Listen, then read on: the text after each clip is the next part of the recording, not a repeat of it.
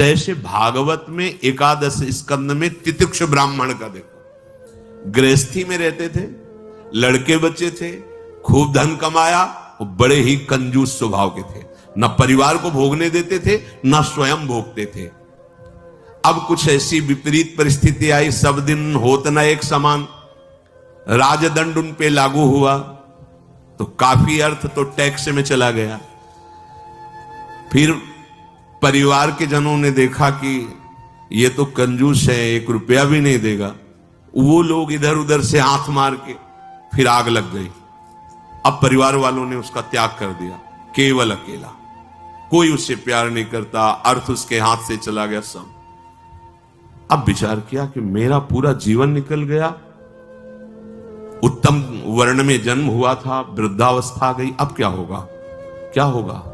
जिनको मैंने पाला पोषा, जो बड़ी मेहनत से धन कमाया, तो सब नष्ट हो गया, परिवार वाले कोई देखते ही नहीं। जानते हो उसका निश्चय, देवता इस बात के साक्षी हैं कि आज से मैं अपने जीवन को श्री भगवान के चरणों में समर्पित करता हूं, सब कुछ सहूंगा और निरंतर भगवान का भजन करूंगा। वो इतना बड़ा महापुरुष उसी निश्चय से हो गया कि भगवान उद्धव जी को उसकी कथा सुना रहे हैं। कोई साधना नहीं हुई थी, परिस्थिति ने ऐसा निश्चय करवा दिया। तो जरूरी है वो परिस्थिति आवे तब तुम निश्चय करो। क्या सत्संग में तुम निश्चय नहीं कर सकते? तो परिस्थिति का इंतजार करोगे कि ऐसी विपत्ति आवे, ऐसी ठोकर लगे, ऐसी दुर्दशा हो, तब तुम निश्चय करो? अरे उसके पहले ही निश्चय कर लो तो दुर्दशा काहे को होगी। ऐसा नहीं कि उसका जीवन मंगलमय हो गया। अब उसके कर्मों का क्षय करने के लिए जब वो संन्यास भाव लेकर विचरण करता, भिक्षा मांगता, तो लोग थूकते, स्पष्ट लिखा हुआ मूत देते, बांध देते, पीटते, उसकी भिक्षा छीन लेते। पर वो अंदर अंदर विचार करता, नहीं, किसी का दोष नहीं है इसमें, इसमें किसी का दोष नहीं, तो ये कर्म का है, ये कर्म का प्रभाव तो शरीर पर पड़ेगा। ये मुझे दुख क्यों हो रहा है? बहुत बहुत सुंदर मतलब चिंतन उनका बना। तो क्या देवता है? इस दुख का कारण देवता है? नहीं, देवता भी तो केवल हमारे शरीर को ही पीड़ा दे सकते हैं, मेरे को क्यों हो रहा है? काल नहीं, वो तो आत्मस्वरूप है, उसका भी प्रभाव इसी शरीर पर होगा। मेरा स्वरूप तो कालातीत है। तो फिर क्या है? भ्रम। हां, ये भ्रम है। मैं तो निर्विकार चिदानंद अल्यो अपने स्वरूप में स्थित हो गया, ब्रह्मबोध संपन्न महापुरुष हो गया हो, और तितिक्ष ब्राह्मण नाम से वर्णन किया है भगवान ने। इसलिए निश्चय में बड़ी सामर्थ्य है, हमारा निश्चय बड़ा ढुलमुल है। इसलिए प्रार्थना है, बहुत बड़ा मार्ग मिला है आपको, इसे भगवत मार्ग कहते हैं, अध्यात्म मार्ग कहते हैं। ये अंतिम जन्म वालों को मिलता है, जिनका आखिरी जन्म होता है। अगर चूक करोगे तो व्यर्थ तो नहीं जाएगा, पर और समय लग जाएगा। काहे कुछ समय बर्बाद करो, आज निश्चय करो। गोस्वामी जी कह रहे, देखो निश्चय, गोस्वामी जी बाल्यावस्था से भगवान में रत थे, ऐसा नहीं है कि वो भजन नहीं करते थे, ऐसा नहीं है। जन्म हुआ था तब बोले थे राम, जैसे बच्चा रोता है ना, तो गोस्वामी जी रोए नहीं थे, राम बोले थे, इसलिए राम बोला नाम पड़ा था। राम बोला, प्रकट हुए थे तभी राम। तो ऐसा भी नहीं था कि आसक्ति नहीं थी शरीर में या अन्य, ऐसा भी महापुरुष जन लीला दर्शाते हैं, वो हमारी हिम्मत के लिए। पत्नी में चित्त आसक्त था, एक दिन के लिए भी कभी मायके जाने के लिए अनुमति नहीं दी थी। और उसी पत्नी के मुख से जब ये बात निकली कि जितना तुम्हें इस शरीर में आसक्ति है, पूरी कथा अगर राम जी में होती तो जीवन तुम्हारा धन्य हो जाता। नेत्र को पत्नी रूपी गुरुदेव ने नेत्र खोल दिए। कहीं से भी गुरुदेव सावधान कर सकते हैं, कहीं से भी, बस कदम मुड़ गए, क्योंकि ऐसा नहीं था कि राम भक्ति नहीं थी। निश्चय कर लिया, अवलोन शानी, अब ये गोस्वामी जी का ही पद है, अब इंद्रियों के बस में हो के, नहीं नहीं, बहुत सही बोला। अगर ये स्थिति ये आसक्ति राम जी में होती तो जीवन धन्य हो जाता। अब पायो नाम चारु चिंतामणि, उर करते न खसई हो, अब लो नशानी। अब समझ गए, समझ गए। अब हृदय से एक क्षण के लिए भी राम नाम नहीं छोड़ूंगा। और जानते हो, महापुरुषों में सर्वशिरोमणि हुए गोस्वामी तुलसीदास। ये तो अवतार लीला महापुरुषों की है, ये हमारे लिए बताया है आचरण करके कि भगवान नाम में इतनी सामर्थ्य है कि ऐसे आसक्त वृत्ति को भी कैसे निरासक्त कर देते हैं। हमें चाहिए जो भी, चाहे गृहस्थ मार्ग में हो चाहे विरक्त मार्ग में हो, दोनों मार्ग जाते ही प्रभु के चरणारविंद में है। अपने मार्ग की वृत्तियों को जानिए, समझिए और धर्मानुसरण बर्ताव कीजिए और नाम निरंतर जपते रहिए। तो जीवन यात्रा का विश्राम, जो गोस्वामी जी कह रहे हैं, पायो परम विश्राम, विश्राम ही नहीं, पायो परम विश्राम, राम समान प्रभु नाही कहूं। ये विश्राम कैसे मिला? कहते भगवान शंकर को साक्षी करके कहता हूं। अगर थोड़ा भी मिथ्या हो तो हमारी जीभ गल जाए, मेरा जो कुछ भी बना राम, ये दो अक्षर मेरे माई बाप हैं, इन्होंने ही हमें, बस आप हृदय की बात महापुरुषों की, ये दो अक्षर राधा, यही देख लेना आप। चलो देखो, बहुत समय तक विषय संयोग ना होने पर ऐसा ना समझ लिया जाए कि हम निर्विषय हो गए।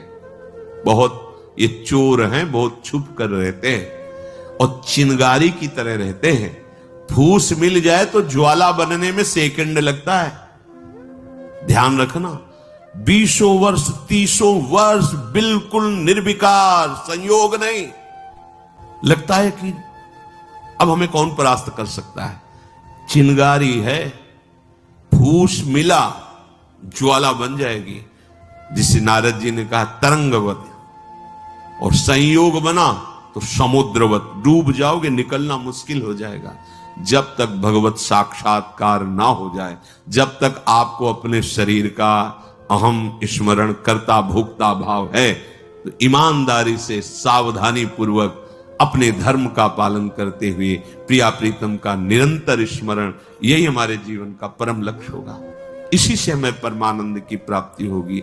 जिस समय हम ये सोचते हैं कि अब हमें कोई भी धर्म विरुद्ध आचरण में, एक आनंद की वृत्ति आती है। देखना, और जिस समय हम सोचते हैं गलत ढंग से विषय सेवन, उसी समय जलन पैदा हो जाती है। जिसके सोचने में जलन पैदा होगी, उसका परिणाम क्या होगा? क्या होगा आप विचार करो।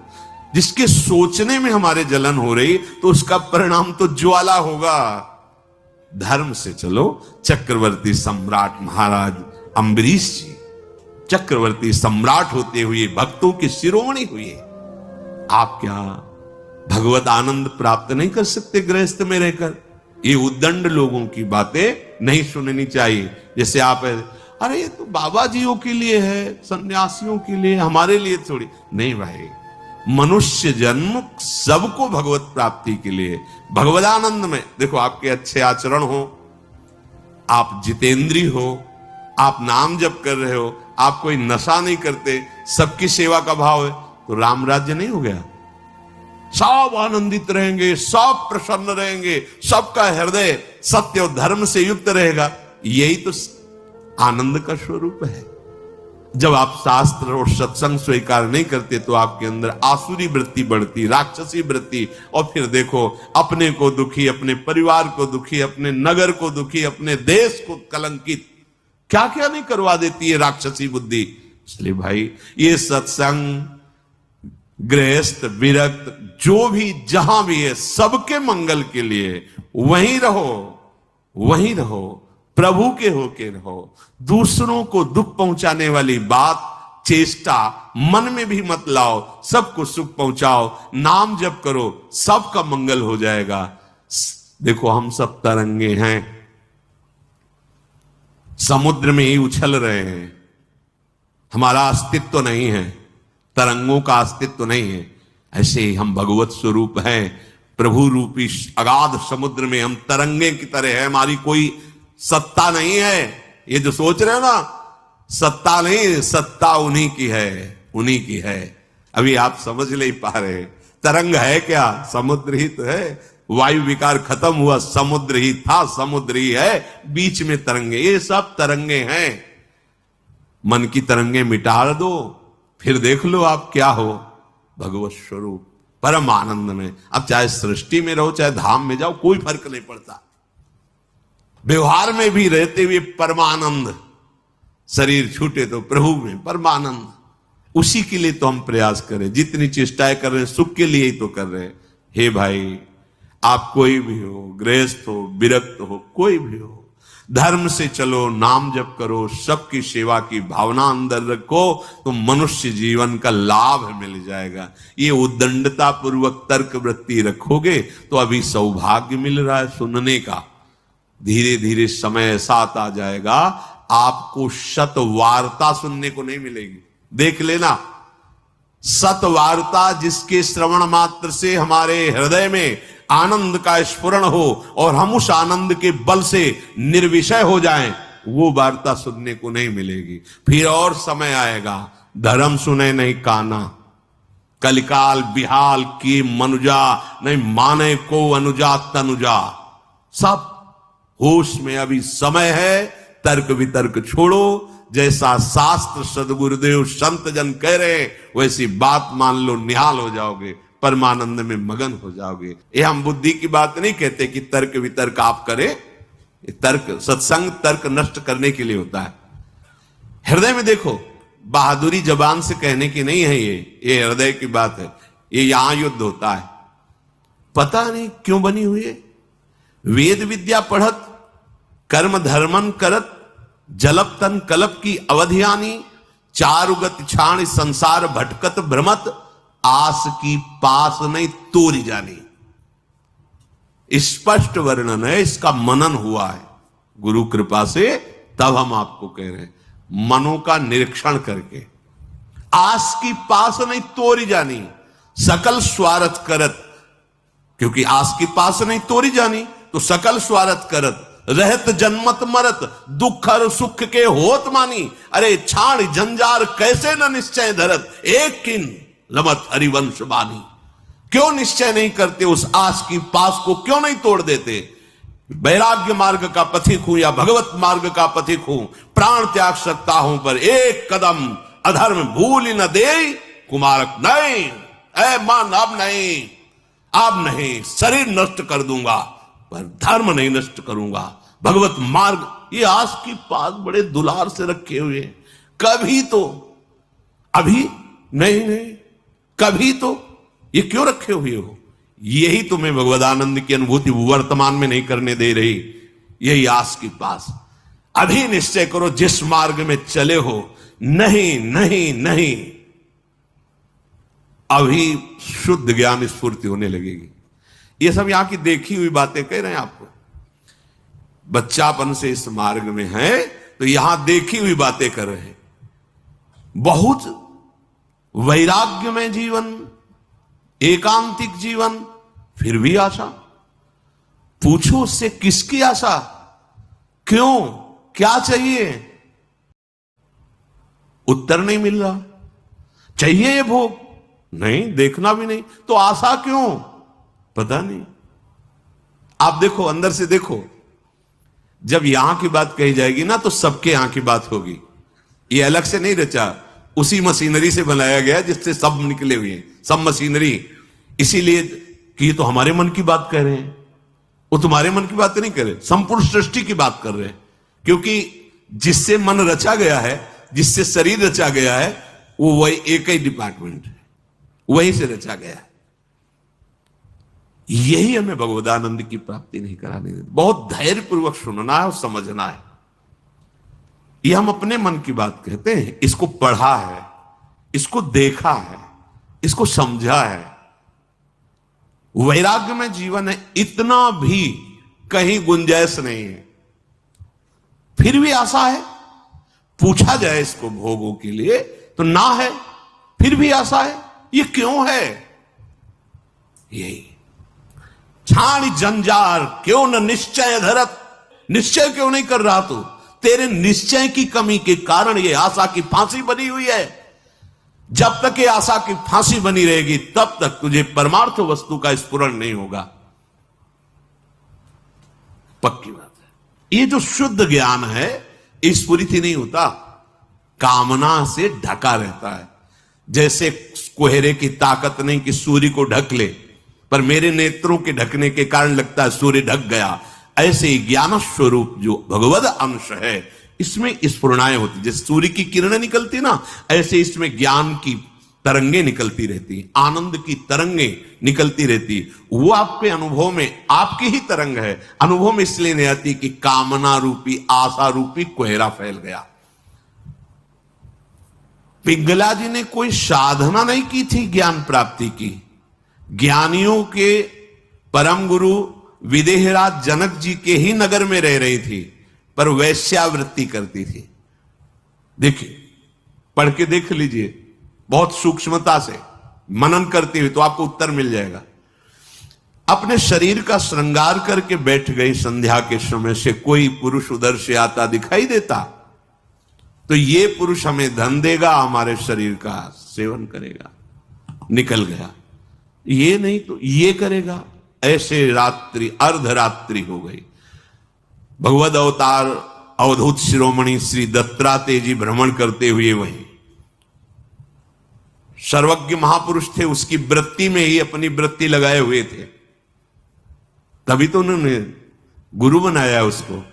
24 गुरुओं में पिंगला भी गुरु है, और बड़ा सौभाग्य उसका महाप्रभु हरिवंश चंद्र जी ने श्रीमद चतुरासी जी में भी उसका उदाहरण दिया। यह जो एक मन बहुत ठौर करी, कही कौने सच पायो, जहां तहां विपत्ति जार जुवती लो प्रगट पिंगला गायो। जब अर्धरात्रि हुई तो पिंगला को बहुत कष्ट हुआ। हाय, इस शरीर को बेच करके सुखी होना चाहती है? कितनी अज्ञान वृत्ति। आज से मैं निश्चय करती हूं, जो सेवक जी कह रहे हैं, छाड़ जंजार क्यों न निश्चय धरत, एक किन रमत हरिवंश बानी। ये तुम क्यों आशा की फांसी में लटके हुए हो? कभी तो क्यों ऐसा रखे हुए हो? इसे तोड़ो, नष्ट करो अभी। प्राण निकल जाए पर जीवन में कभी कुमार्ग में कदम नहीं रखेंगे।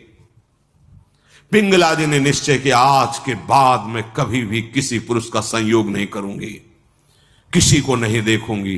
अपने हृदय में विराजमान सबके हृदय बिहारी भगवान का वर्ण करती हूं और मन वचन कर्म से उनकी आराधना कर। उसी समय इतनी पवित्र हो गई, वो महापुरुष बन गई कि भगवान दत्तात्रेय जी ने 24 गुरुओं में उसको रख लिया, एक गुरु पिंगला जी को बनाया। क्या साधना की थी? विरति हो गई अपनी वृत्ति से और निश्चय दृढ़ कर लिया, और फिर कभी फिसली नहीं। तो बड़े बड़े आचार्य कोटि के महापुरुषों ने निष्ठा के लिए उसका उदाहरण दिया। जहां तहां विपत्ति जार जुगती लो प्रगट पिंगला गायो। आशा ही परमम दुखम नैरास्यम परमम सुखम। आज के बाद कभी नहीं, मर जाऊंगा कभी नहीं।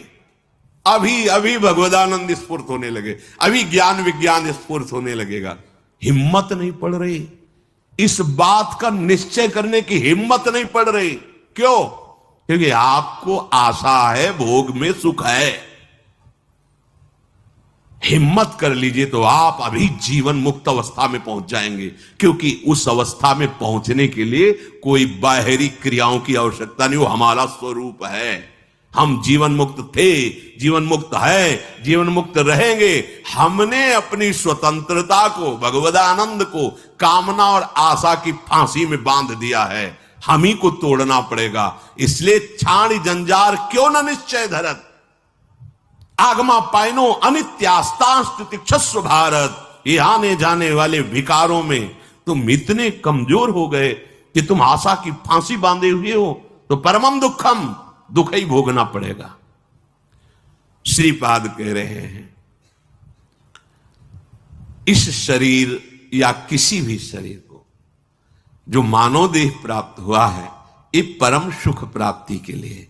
कीड़ा मकोड़ा छोटे छोटे जीव इन सुखों में विचर रहे हैं, मानव देह धर के जो कुमार्गगामी वृत्तियों से तुम सुख भोगना चाहते हो, छोटे छोटे कीड़े मकूड़े भी इसी सुख में, फिर तुम्हारी शरीर की महानता क्या रही?